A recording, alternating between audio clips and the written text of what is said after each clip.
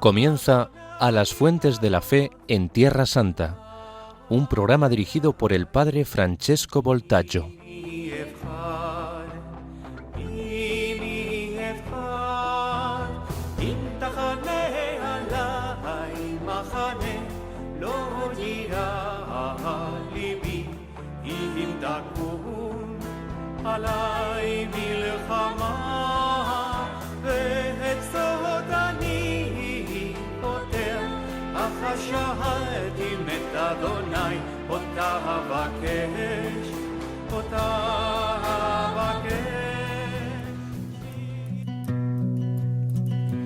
Antes que te formaras dentro del vientre de tu madre,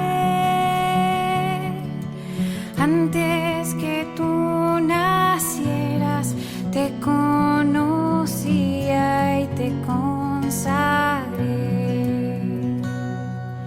para ser mi profeta en las naciones. Yo te elegí, irás donde te envié y lo que te mandé proclamarás. Tengo que gritar, tengo que arriesgar, ay de mí si no lo hago. ¿Cómo escapar de ti? ¿Cómo no hablar si tu voz me quema? Queridos amigos de Radio María, hola a todos, Shalom Lekulechem, Salam Ilal Jami'.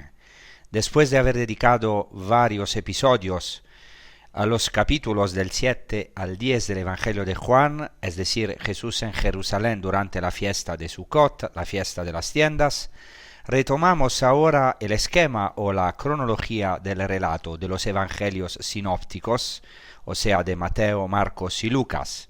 El corazón del relato de estos evangelios es el camino de Jesús y de los suyos hacia Jerusalén para su última Pascua, su Pascua definitiva, en la que culminará, por supuesto, su vida, su misión y toda la historia de la salvación, por supuesto. Los tres evangelios sinópticos que narran una sola Pascua, a diferencia del Evangelio de Juan, que menciona tres Pascuas, están claramente orientados hacia la Pascua de Jesús y hacia ese único gran camino hacia Jerusalén, porque los sinópticos, a diferencia del Evangelio de Juan, cuentan únicamente una subida de Jesús a Jerusalén, aunque sabemos que Jesús en su vida, también en su ministerio, fue a Jerusalén varias veces, evidentemente como buen judío, participando en las diversas fiestas judías, como nos dice el Evangelio de Juan, justamente del que ya hemos hablado. Aún así, los tres evangelios sinópticos narran una sola subida porque todo está encaminado a la Pascua, focalizado en la Pascua.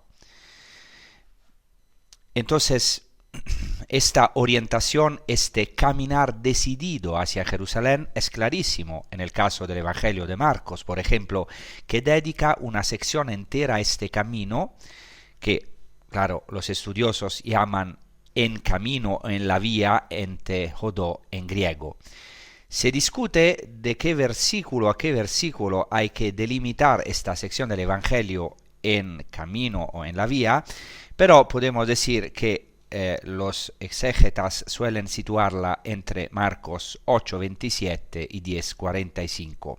Pero lo verdaderamente importante y que veremos en este y en los próximos episodios dedicados a este camino de Jesús hacia Jerusalén es que en Marcos esta sección en camino, este tramo del Evangelio que transcurre en la marcha hacia Jerusalén, está enmarcado por el relato de dos ciegos y eso es importantísimo. Lo veremos ya hoy y después en los próximos episodios. El primer ciego en el Evangelio de Marcos es el ciego de Betsaida, que abre justamente esta sección en camino. Y luego esta parte del Evangelio de Marcos en camino culmina con otro ciego, Bartimeo, el ciego de Jericó, que seguirá a Jesús precisamente, como se dice en griego, en tejodo, o sea, en el camino. Para comprender a fondo la importancia de este camino gradual que Jesús hace recorrer a sus discípulos hacia Jerusalén en Marcos, conviene aludir brevemente al recorrido de todo el Evangelio. El Evangelio de Marcos tiene una característica muy llamativa. Comienza con un título, con unas palabras que dicen comienzo o principio, arché en griego, del Evangelio de Jesucristo, Hijo de Dios. Es un título programático. ¿Por qué? Porque marca el contenido de todo el Evangelio. Marcos subraya desde el primer momento estos dos títulos cristológicos, Cristo de una parte e Hijo de Dios de la otra, que curiosamente aparecen poquísimo en su Evangelio, pero sí en puntos clave. ¿Qué quiero decir con esto? Que justo en el corazón del Evangelio de Marcos, es decir, en esta parte que relata el camino de Jesús hacia Jerusalén, en Marcos 8:29, precisamente en el camino, en Tejodo, San Pedro reconoce a Jesús como el Mesías, el Cristo. Entonces, el primer título mencionado en el primer versículo del Evangelio, Evangelio de Jesús el Cristo, se confirma ahí. Y luego aparecerá el segundo título, que es Hijo de Dios.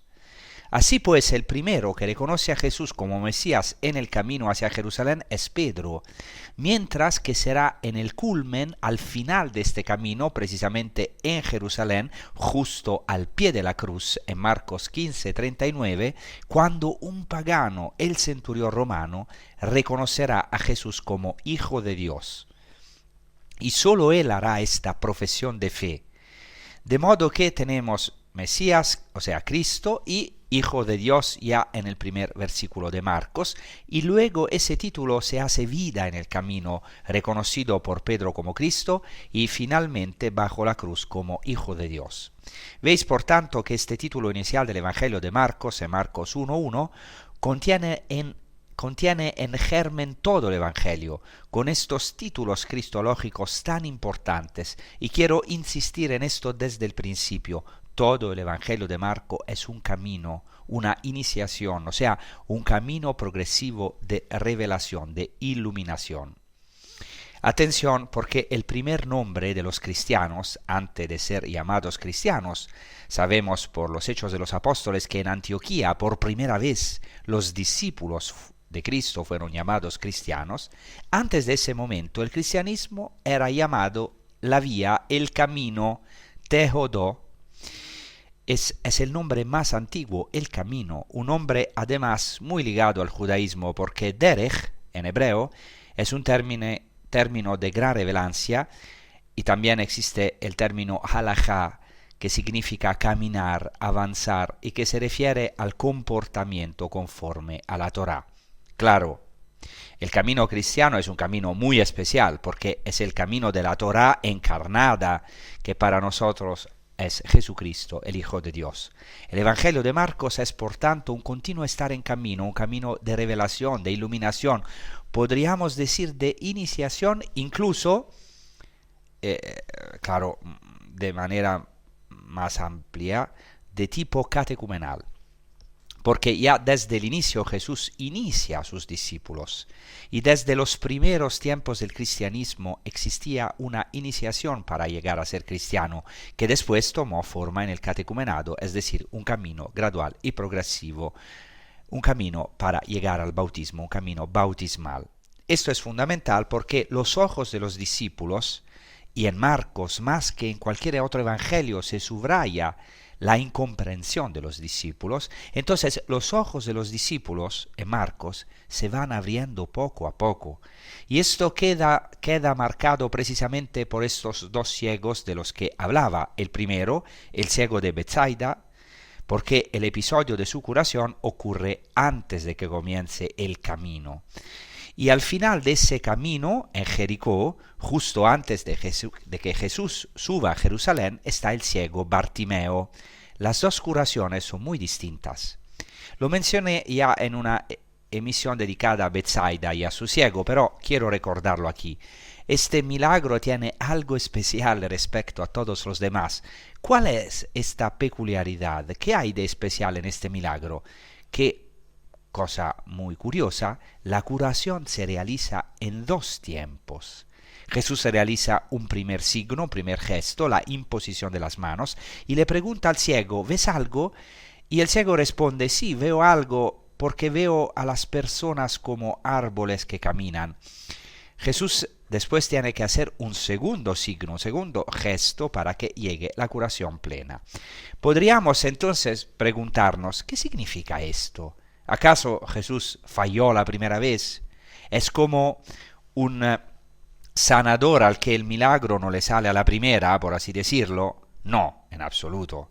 Aquí el significado es mucho más profundo. Indica que los discípulos necesitan recorrer un camino porque son ciegos como nosotros y verán poco a poco, gradualmente, progresivamente, sus ojos se irán abriendo a la verdadera identidad de Jesús. Y el mismo Pedro, que justo después verá, es decir, recibirá una revelación del Espíritu Santo, porque justo tras esta curación del ciego se narra la profesión de fe de Pedro, también el Pedro cuyos ojos se abren y reconocen en Jesús al Cristo, al Mesías, al Mashiach, esperado por los judíos y por todas las naciones, también él deberá hacer un camino para descubrir que será un Mesías sufriente, porque, como sabemos, inmediatamente después, no aceptará las palabras de Cristo cuando anuncia su pasión y también su resurrección, como en nuestra vida muchas veces.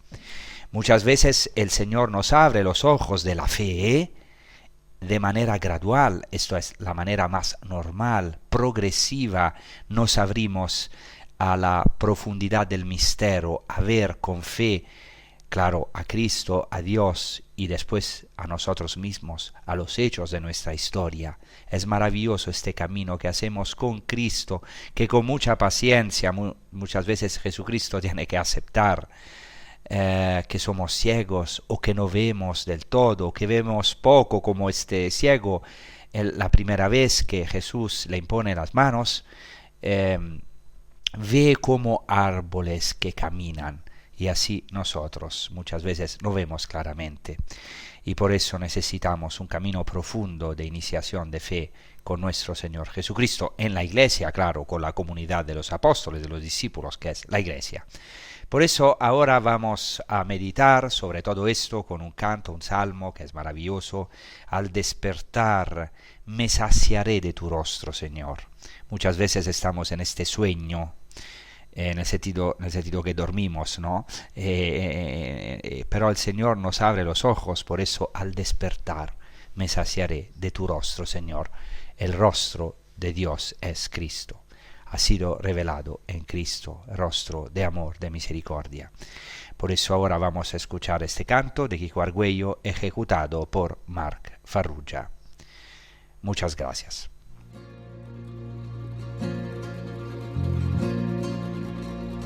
Al despertar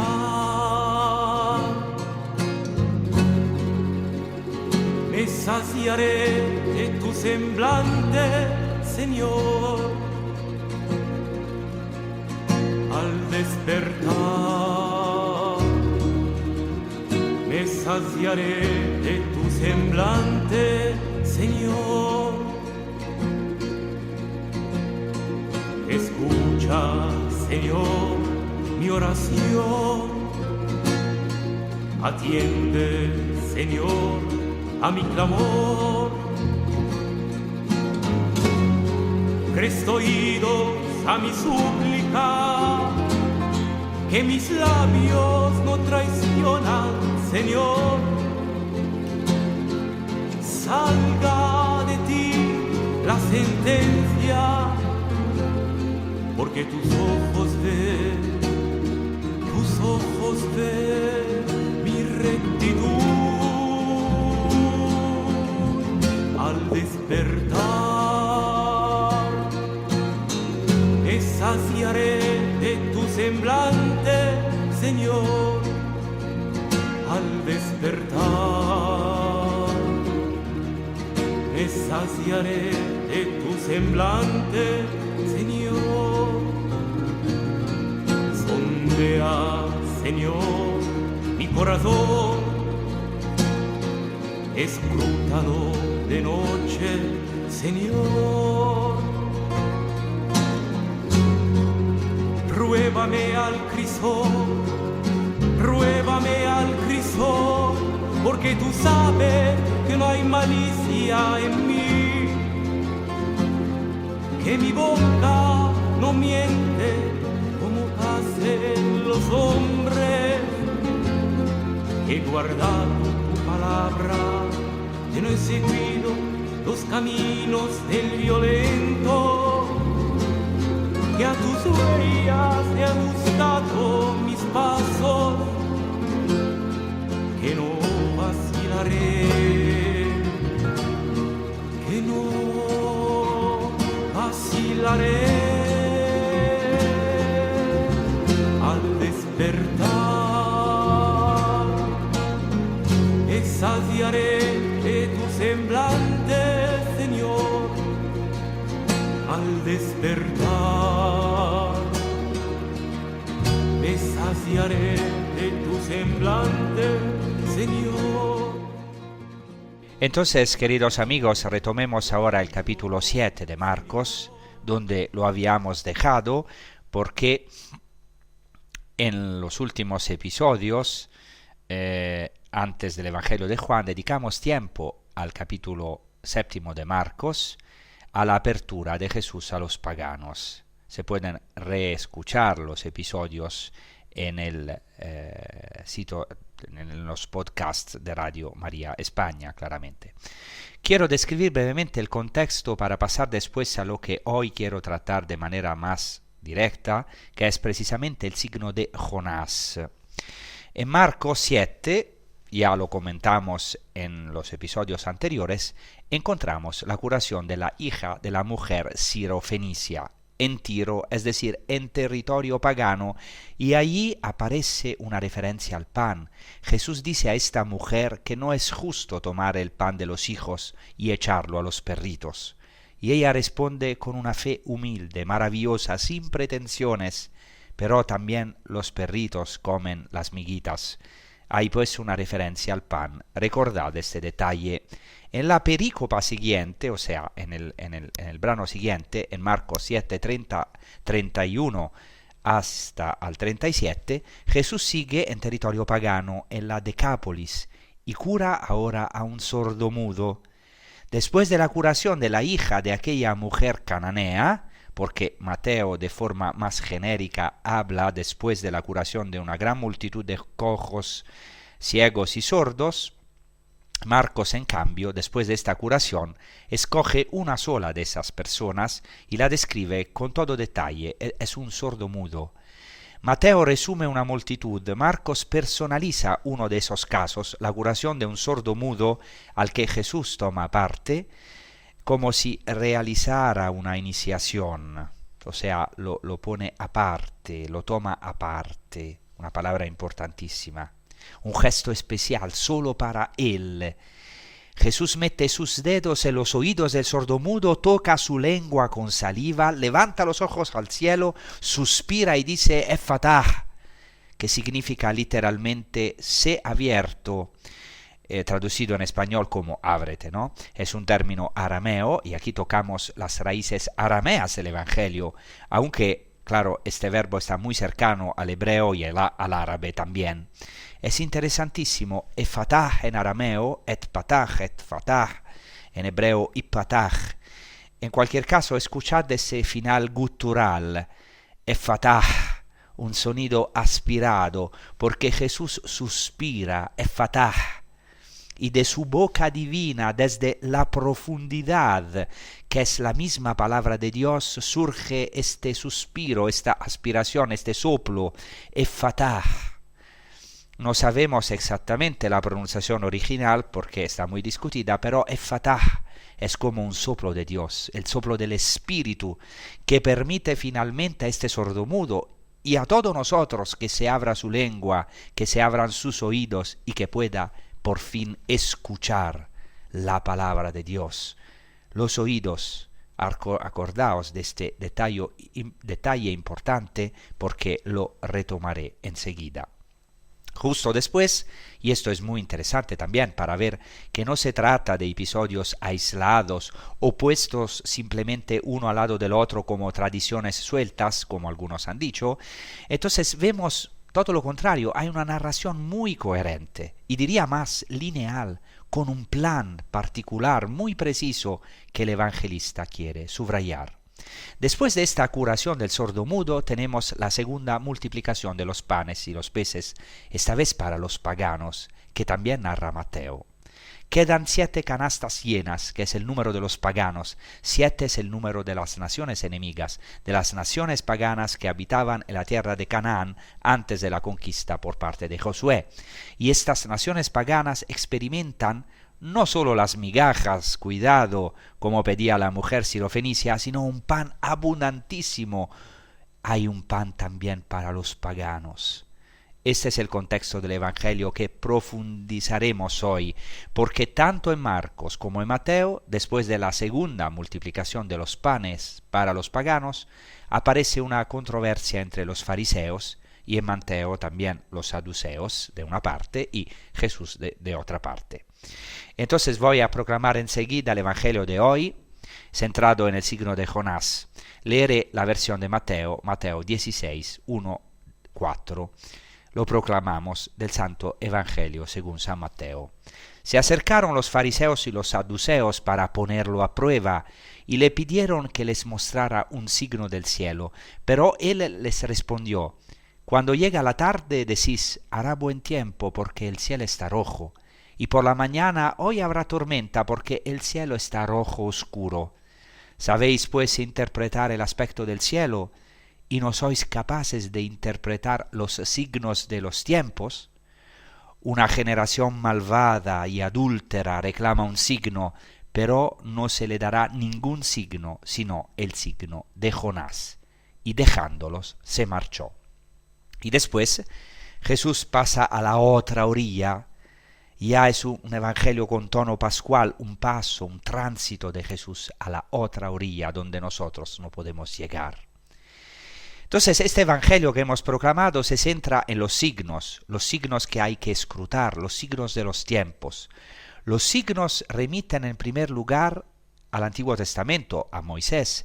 Si examináis la palabra signo en el Antiguo Testamento, es clarísimo que Moisés es enviado por Dios a realizar signos para llevar su pueblo, el pueblo de Dios, a la Pascua. Hemos dicho que este es un evangelio muy pascual, porque veremos también el signo de Jonás, pero también porque los signos son algo típico que Moisés debe realizar para liberar a su pueblo. En la tradición judía, por tanto, el Mesías, que para los judíos aún debe venir, mientras que para nosotros es Jesús, tenía que realizar signos como el primer redentor, Moisés, así se llama en la tradición judía.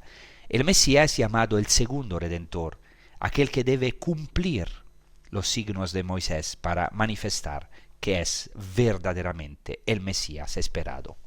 Pero, y de esto hablaré después, en la tradición judía hay controversia sobre estos signos. De hecho, aquí tenemos precisamente una disputa sobre los signos, justamente. Y fijaos, los que se acercan a Jesús para ponerlo a prueba, pidiéndole un signo del cielo, es decir, para tentarlo, esto significa, igual que en el Antiguo Testamento, que el pueblo pretende tentar a Dios, que es el mayor pecado en el desierto, el más grande.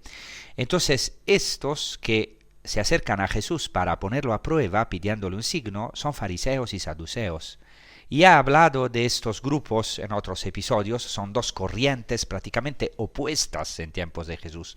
Los fariseos creían en la resurrección de los muertos, en la tradición oral, en los profetas, mientras que los saduceos no creían en la resurrección de los muertos, solo aceptaban la Torá, los primeros 5 libros de la Biblia, el Pentateuco, no creían en la existencia de los ángeles ni de los espíritus, eran pues adversarios declarados de los fariseos. Y sin embargo, aquí se ponen de acuerdo para atrapar a Jesús, para ponerlo a prueba, pidiéndole un signo, un milagro, un signo del cielo.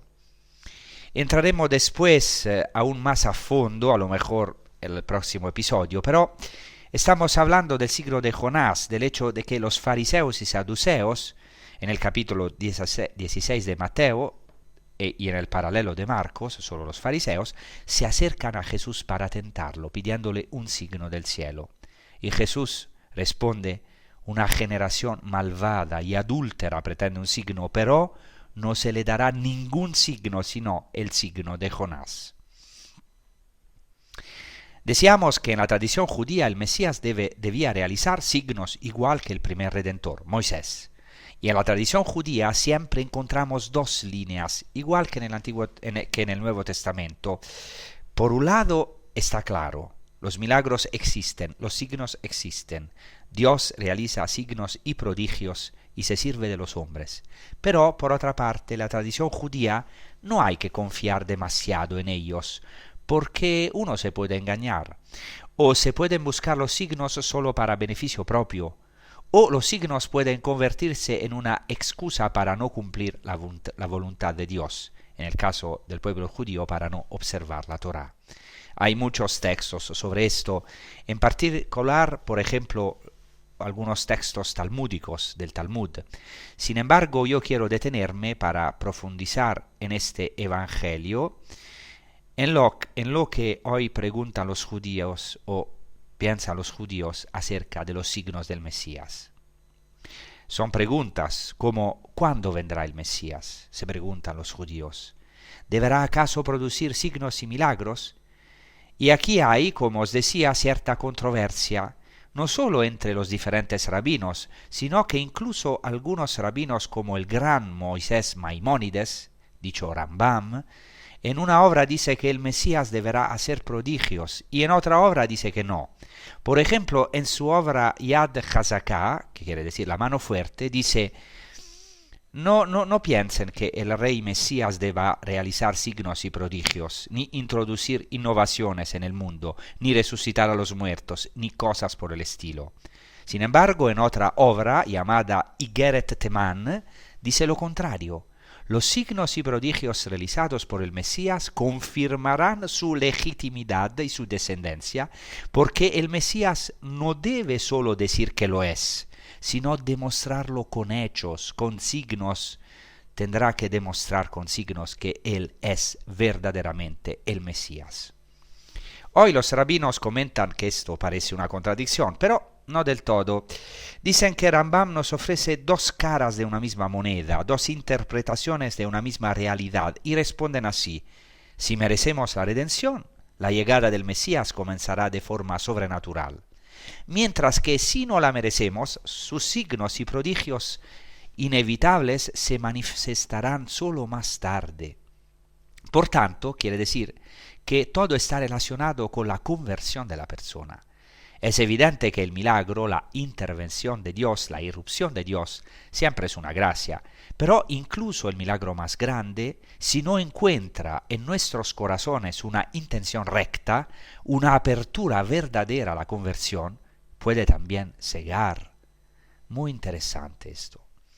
Así que, por ejemplo, dicen, os leo solo un fragmento para no alargarme demasiado, esto es lo que dicen los judíos hoy, Estoy leyendo de un texto actual sobre las creencias del judaísmo ortodoxo contemporáneo. Escuchad que dice, muy interesante también para nosotros.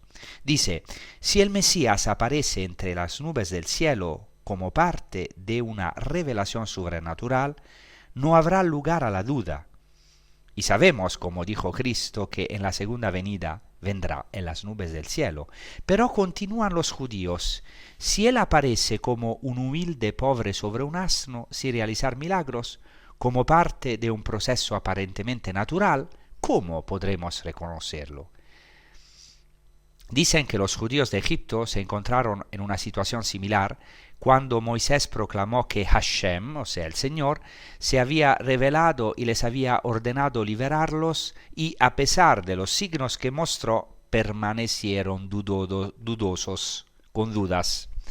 Sabemos que Cristo, al aparecer como un humilde, sobre un asno, siguiendo la profecía de Zacarías 9:9, ciertamente realizó milagros, pero apareció como un hombre humilde y permanecieron dudosos.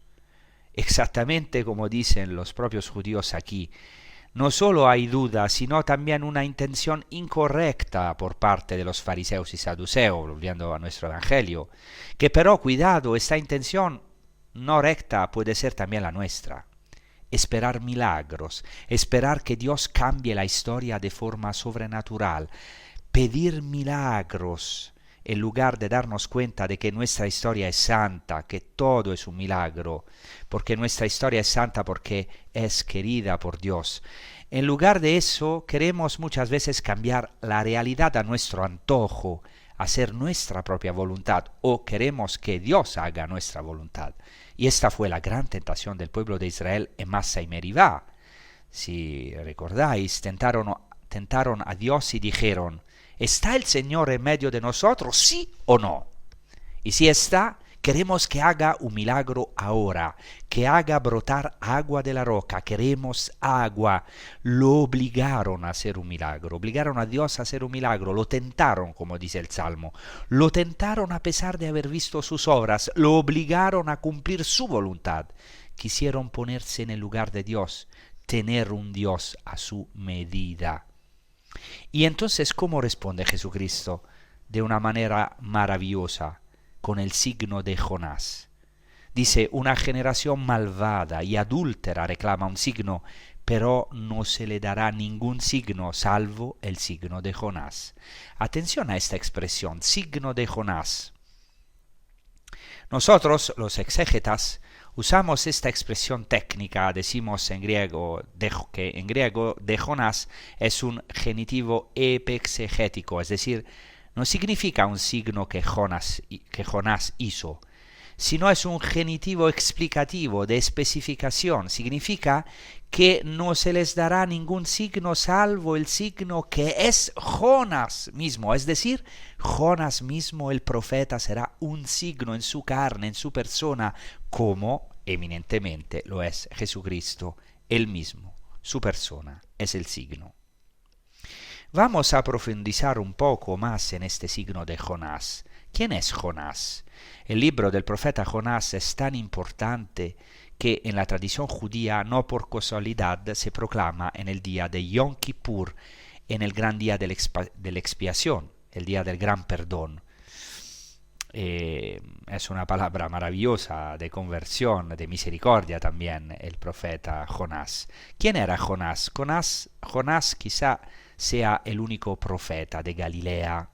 Los fariseos se equivocaron cuando dijeron a Nicodemo que estudiara y vería que no surge un profeta de Galilea, hablando de Jesús. Pero Jonás es un profeta de Galilea, entonces se equivocaron. Según la tradición judía, Jonás viene de Gat-Hafer, este poblado, como dice la escritura, que hoy se identifica en el pueblo árabe cerca de Nazaret, Mashhad. Muy interesante porque Mashhad significa martirio, quizá en referencia a la tumba de Jonás, porque según la tradición, en este poblado árabe cerca de Nazaret, muy próximo a Caná, está también la tumba de Jonás. Por tanto, era un profeta que venía de la Galilea, la tierra donde Jesús vivió muchos años, y seguro que conocía estas tradiciones. Puede ser también que Jesús se sentía muy cercano a Jonás. ¿Y quién es Jonás? No puedo resumir claramente todo el libro, pero Jonás es el profeta de los paganos. Pensad que, según la tradición judía, es hijo de la viuda de Sarepta, es decir, de una pagana. Pero, en cualquier caso, es un profeta enviado a los paganos, a los ninivitas, los habitantes de Nínives. Debe ser un signo para los ninivitas. Dice Jesús, así como Jonás fue un signo para los habitantes de Nínive, así también los hará el Hijo del Hombre para esta generación.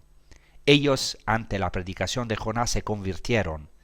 Y aquí tenemos a alguien más grande que Jonás, dice Jesucristo, que hace varias veces referencia a Jonás, signo de que este profeta, y el signo que es este profeta, es fundamental para Jesucristo. Y Jonás no solo está llamado a hacer signos, sino a hacer un signo de misericordia. Él mismo será salvado de las aguas, ¿no? Como Moisés, para salvar después, con su palabra de salvación, a los ninivitas, aunque tendrá dificultad con la abismal misericordia de Dios.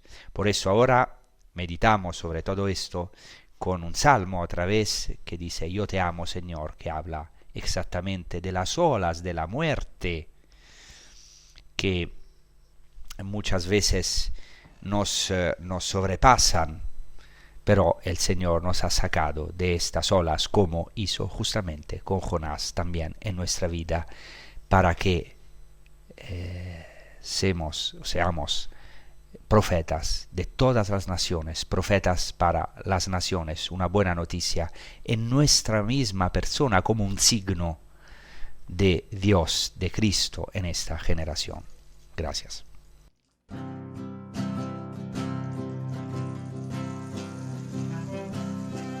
Yo te amo, Señor, tú eres mi roca, tú eres mi liberador, tú eres mi Dios. Yo te amo, Señor.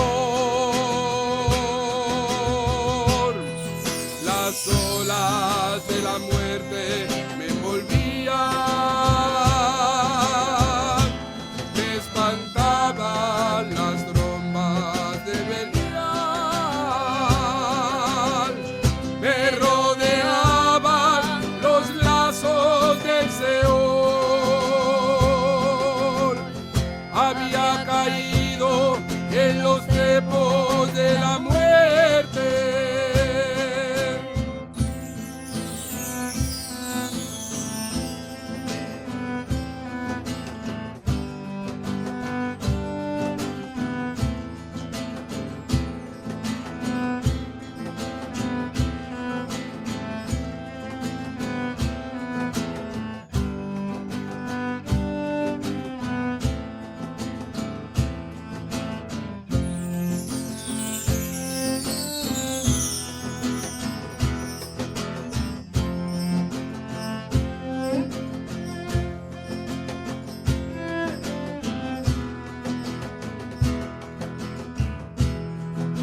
Clamé al Señor en mi angustia, a mi Dios invoqué,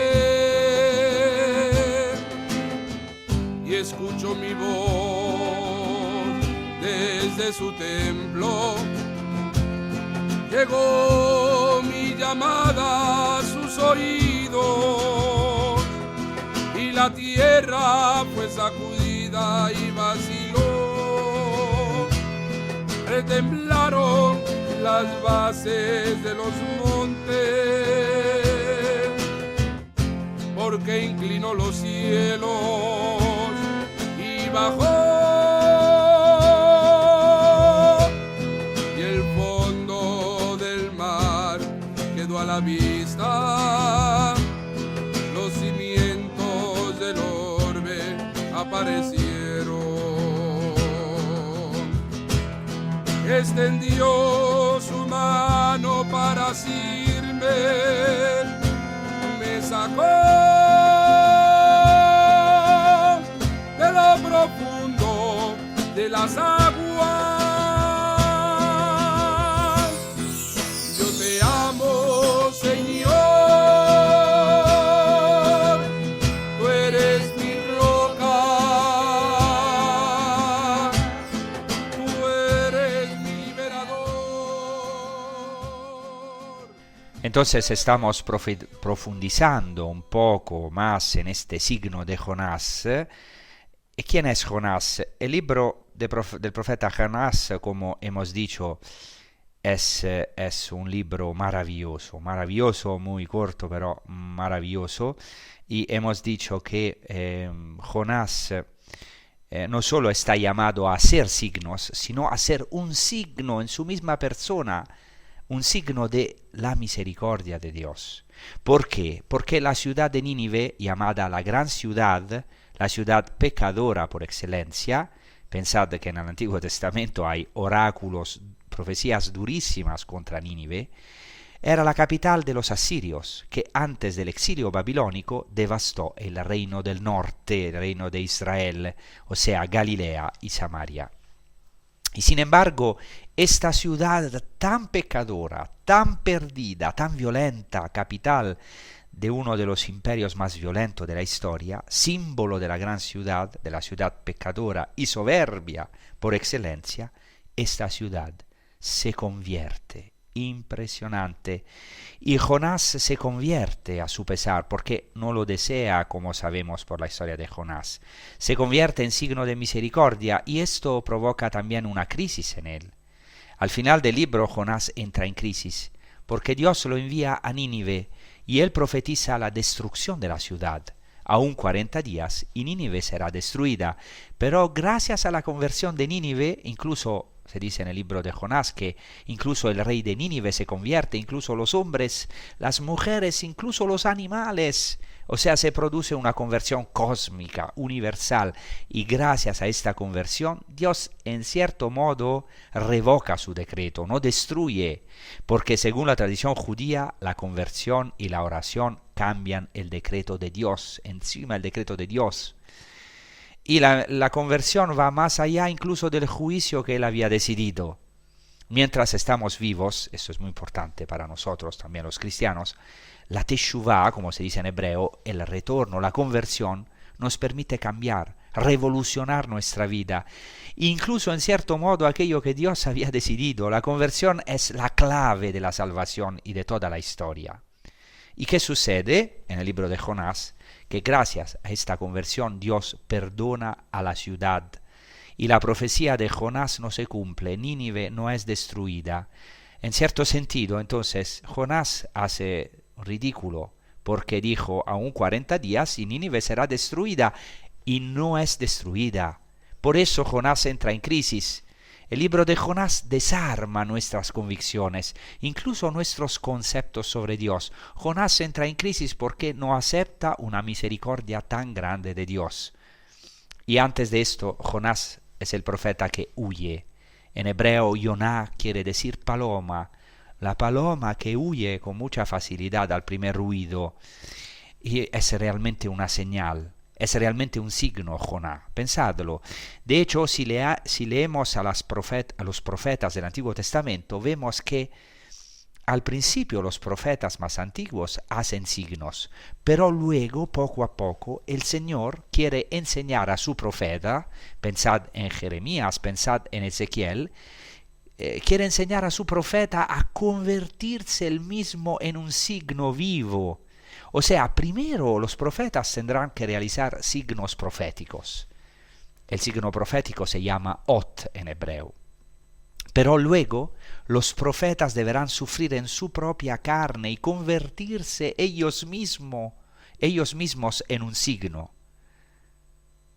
O sea, sufrir o hacer signos que involucren su propia vida, su propia persona. Pensad en Oseas, que tiene que casarse con una mujer prostituta porque el pueblo se ha prostituido. Podríamos poner muchos ejemplos, especialmente Jeremías y Ezequiel. Jeremías es célibe, no se casa, porque el pueblo va a perder el tiempo, el templo, y también el tiempo. y Ezequiel, que tiene que quedarse viudo porque otra vez el pueblo a su tiempo, en su época, perde la cosa más maravillosa como una mujer, como la propia esposa, el templo. O sea que estos profetas viven en sí mismos la crisis y el sufrimiento del pueblo en exilio. Como nosotros, si somos cristianos profetas, tendremos que sufrir también la crisis de esta generación. No podemos considerarnos superiores. Entonces los profetas mismos se convierten en una señal, en un signo, y así Jonás, toda su vida es una señal. Decíamos que Yoná en hebreo, Joná, quiere decir paloma, y lo primero que hace Jonás, cuando Dios le ordena ir a Nínive, ¿qué hace? En el capítulo primero, huye. Jonás huye, se embarca en Jaffa, donde hoy está Tel Aviv, el puerto de aquel tiempo, toma un barco, paga el precio del pasaje y se embarca hacia Tarsis.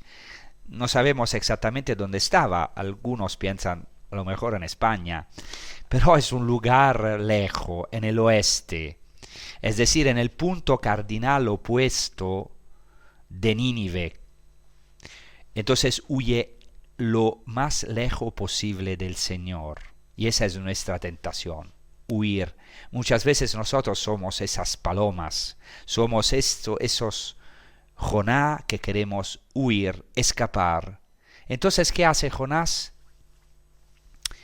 Entra en el barco y se desata en el barco y en el mar una tormenta tan grande, tan terrible, que el barco, los marineros que son paganos, están aterrados, aterrizados. Pero Jonás duerme en lo más profundo del barco. Es también una imagen de Jesús, que también dormía en la barca.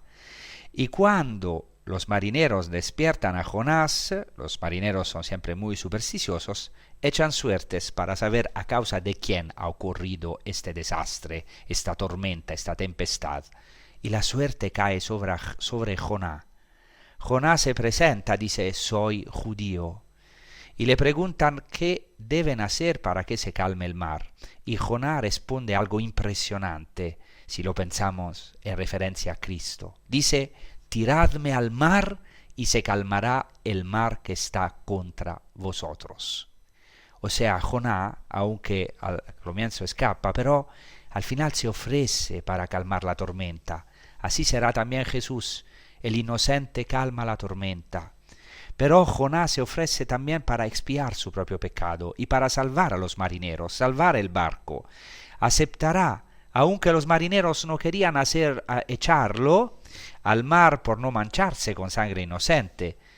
Y aún así Jonás se deja arrojar al mar. Él que quería huir, ahora toma la responsabilidad, la misión, y él mismo dice a los marineros, echadme al mar. Atención, porque Jonás es también una figura de San Pedro. No olvidemos que Pedro en el Evangelio, ¿cómo es llamado? Simón bar Yoná, Simón hijo de Jonás en arameo. Pedro es hijo de Jonás porque al igual que Jonás intentó huir, quiso escapar ante la cruz, pero después también él se sumergirá en la barca de la iglesia, se sumergirá hasta la cruz. ¡Qué maravilla! Porque Dios nos da una segunda oportunidad, esperemos. Esa es la buena noticia. Dios nos da una segunda oportunidad como ha dado a Jonás, como se la dio a Pedro, como nos la da a nosotros, mientras haya tiempo, cuidado en esta vida, no siempre. Dios nos da la oportunidad de lanzarnos al mar de los problemas de este mundo y calmar la tormenta a través de nuestra vida, del signo que nosotros mismos representamos. Así Jonás es arrojado al mar, y el Señor dispone que un pez lo engulla. Jonás permanece en el vientre del pez 3 días y 3 noches. Y esto es importantísimo. Los judíos subrayan que son 3 días y 3 noches, porque incluso cuando los judíos se sumergen en la mikvé, en el baño de purificación ritual, se sumergen 3 veces. Nuestro bautismo proviene ciertamente de esto, claro, con toda una novedad absoluta, porque el bautismo cristiano no es solo una purificación, sino una triple inmersión en la muerte y resurrección de Cristo, que nos hace hijo de Dios, que nos da la naturaleza divina. Y Jonás se sumerge en el profundo del mar, va, por así decirlo, a la boca del dragón. En la tradición judía y cristiana se le ve al mar como un dragón. Entonces en la boca del monstruo, en lo más profundo del mar, de la muerte, en el vientre del pez. Y allí Jonás, en lo más profundo del mar, reza. Y reza una oración maravillosa. En mi angustia invoqué al Señor y me respondió. Desde lo profundo del Sheol, de los infiernos, clamé y tú escuchaste mi voz. Me lanzaste al abismo, al corazón del mar. Es maravillosa. Y así esta oración podemos rezar también si estamos en el profundo, más profundo del mar de nuestra angustia o problema. o problemas. Así Jonás se convierte en un signo de Cristo, prefiguración de Cristo. 3 días y 3 noches en lo profundo del mar, signo de la muerte. Y de este modo Jonás calma la tormenta. Jonás es el profeta de la misericordia, porque gracias a su predicación Nínive se convertirá. Por eso se llama Yoná, paloma. Como recordáis probablemente en la historia de Noé, al final del diluvio, después de 40 días una paloma anuncia el fin del diluvio. Una Yoná, una paloma. Y así también esta Yoná, este Jonás, decreta el fin de la ira divina sobre Nínive. Quiero subrayar ahora al final que Jonás es un elegido. Incluso, aunque huya, atención, quizá nosotros también tengamos la tentación de escapar. Tenemos nuestras rebeliones contra Dios. No aceptamos la historia que Él hace con nosotros. No aceptamos muchas veces la misión que nos da, la vocación que nos ha dado. Cada uno sabe, muchas veces querríamos huir muy lejos del Señor, pero Jonás, atención, aunque peque, es un elegido. Primero se da cuenta en ese barco de que todo es por su culpa. Él mismo dice, es por mí que os ha pasado esto, esta gran tormenta os ha sorprendido por mi causa, arrojadme al mar. Es decir, se acusa a sí mismo. Al final sí, es un pecador que quiere huir como nosotros, pero tiene una gracia. Reconoce su pecado, sabe que está huyendo de Dios. Incluso aunque quiera dormir, aunque esté en el fondo del barco y no quiera ni pensar en Dios, incluso en medio de la tormenta tiene la elección de Dios sobre él que no lo deja. Y así incluso en el vientre del pez, incluso en la tumba, en el Sheol, en la angustia por sus pecados, Jonás ora al Señor. Dios lo escucha. Incluso si estamos en el fondo del mar a causa de nuestros pecados, nuestras infidelidades, nuestras huidas, Dios puede escucharnos, quiere escucharnos. Y Jonás tiene una misión, y Dios no se rinde, no lo abandona, lo llama por segunda vez. También nosotros somos llamados a ser salvados desde lo profundo del mar, para salvar a esta generación. Sabemos cuán importante es, especialmente en estos tiempos, cuán importante es para los que nos rodean ser levantados, salvados, animados, darles esperanza, la esperanza del reino de los cielos, de la vida eterna, con toda humildad, pero también con celo y con plena conciencia de que Dios nos ha elegido, incluso aunque tal vez huyamos. Muy bien, seguiremos en el próximo episodio. Muchas gracias, hemos terminado. Os deseo una buena prosecución con los programas de Radio María. Hasta la próxima y muchas gracias.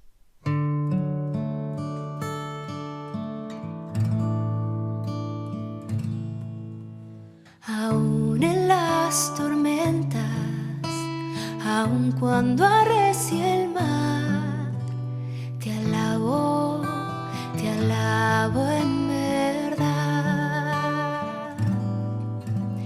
Aún lejos de los míos, aún en mi soledad, te alabo en verdad.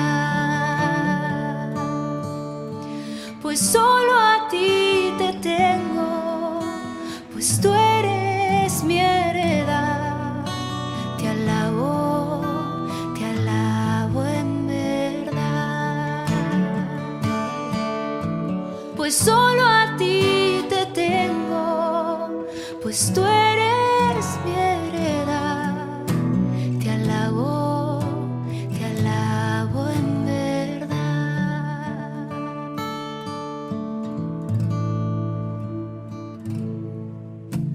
Aún sin muchas palabras, aun cuando no sé alabar, te alabo en verdad.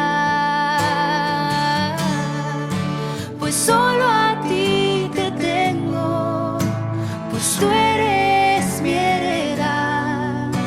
Te alabo en verdad.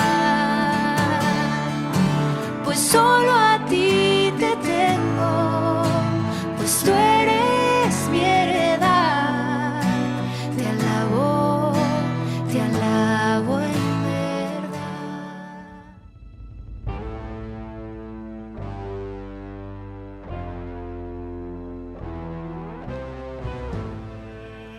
Y así concluye A las fuentes de la fe en Tierra Santa, con el padre Francesco Voltaggio.